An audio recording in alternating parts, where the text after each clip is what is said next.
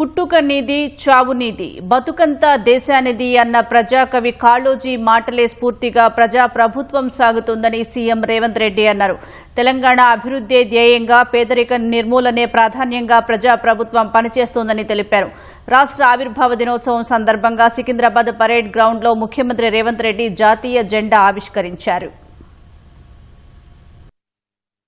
Screens there we can see the big beautiful convoy. Look at the convoy, and there just the vehicle has halted. Sam Sivarao, contingent commander M Ramesh RI, perfect marching, the perfect salute. Look at their headgear, their shining polished shoes, the kamarband, taking the world into their stride, marching smart.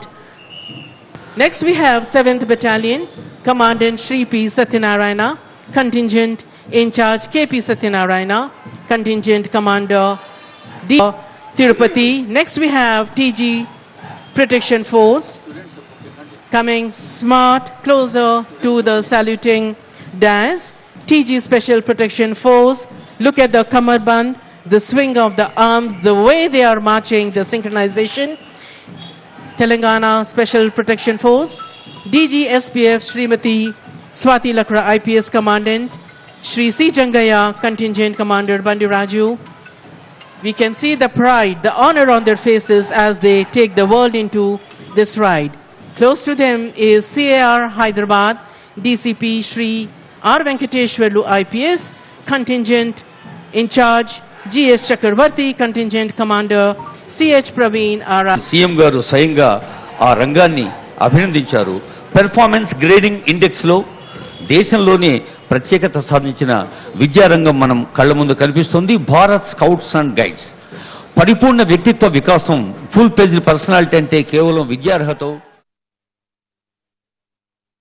పుట్టుక నీది చావు నీది బతుకంత దేశానిది అన్న ప్రజాకవి కాళోజీ మాటలే పూర్తిగా ప్రతి క్షణం తెలంగాణ హితమే పరమార్థంగా, రాష్ట్ర అభివృద్ధి ధ్యేయంగా, పేదరిక నిర్మూలననే ప్రాధాన్యంగా ప్రజా ప్రభుత్వం పనిచేస్తున్నది. ఎవరెన్ని విమర్శలు చేసినా, ఎన్ని కుట్రలు చేసినా అభివృద్ధితో పాటు సంక్షేమానికి సమపాలలో ప్రాధాన్యత ఇస్తూ పాలన సాగిస్తున్నాం. దేశంలో ఏ రాష్ట్రం అమలు చేయని సంక్షేమ పథకాలను మన తెలంగాణ రాష్ట్రంలో అమలు చేస్తున్నాం. అభివృద్ధి సంక్షేమం ఒక ఎత్తు, ఆత్మ గౌరవం, స్వేచ్ఛ, సామాజిక న్యాయం మరో ఎత్తు. నాటి రాచరికం నుండి నిన్నటి నియంతృత్వం వరకు తెలంగాణ తిరుగుబాటు చరిత్ర మొత్తం చెబుతున్న సత్యం ఇదే. అందుకే ఇది కేవలం పరిపాలన చేసే ప్రభుత్వం కాదు, ప్రజాస్వామ్య ఆకాంక్షలను నెరవేర్చే ప్రజా ప్రభుత్వం అని గర్వంగా చెప్తున్నాం.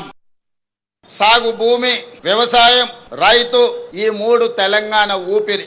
వ్యవసాయ ఆధారిత పరిశ్రమలు, అనుబంధ రంగాల విషయంలో తెలంగాణ నెంబర్ 1 గా ఉండాలన్న లక్ష్యంతో, రైతుల జీవితాల్లో గణనీయ మార్పు తేవాలన్న సంకల్పంతో తెలంగాణ రైజింగ్ 2047 విధాన పత్రంలో ప్రాధాన్యత అంశంగా తీసుకున్నాం. అగ్రికల్చరల్ ఎకో సిస్టమ్ అభివృద్ధి చేసి రైతులను శ్రీమంతులుగా చెయ్యాలన్నదే మా ప్రభుత్వం యొక్క సంకల్పం. రైతుల నెత్తిపై ఉన్న అప్పుల భారాన్ని తగ్గించే ఉద్దేశంతో ఒకేసారి 2 లక్షల వరకు పంట రుణాల మాఫీ చేశాం. వ్యవసాయానికి ఉచిత విద్యుత్తును కొనసాగిస్తూనే విద్యుత్ పంపు సెట్లకు సౌర శక్తితో నడిచే పంపు సెట్లను ఏర్పాటు చేస్తున్నాం. ఇప్పటి వరకు 2.5 ఏళ్లలో ధాన్యం కొనుగోళ్లకు 82,840 కోట్ల రూపాయలను ఇప్పటి వరకు రైతాంగానికి చెల్లించినాం. ఈ యాసంగి సీజన్ లో రాష్ట్రమంతటా చురుగ్గా ధాన్య సేకరణ జరుగుతుంది. ఇప్పటి వరకు 63,65,000 మెట్రిక్ టన్నుల ధాన్యాన్ని కొనుగోలు చేయడం జరిగింది. 11,903 కోట్ల రూపాయలను రైతుల ఖాతాలో జమ చేశాం. ప్రతి రైతుకు నష్టం జరగకుండా దాదాపు 10,000 మెట్రిక్ టన్నుల తడిసిన ధాన్యాన్ని ప్రభుత్వం కొనుగోలు చేసింది. ధాన్యం కొనుగోలులో దేశంలో ఏ రాష్ట్రం కూడా మనతో పోటీ పడే పరిస్థితి లేదు. తెలంగాణ నీటి కోసం దశాబ్దాలు గోసపడింది. 10 ఏళ్ల గత పాలనలో సైతం పరిస్థితులు మారలేదు. కృష్ణా, గోదావరి జలాల్లో మన వాటాలు తేల్చి ప్రాజెక్టులు పూర్తి చేసే విషయంలో మన ప్రభుత్వం చిత్తశుద్ధితో ఉంది.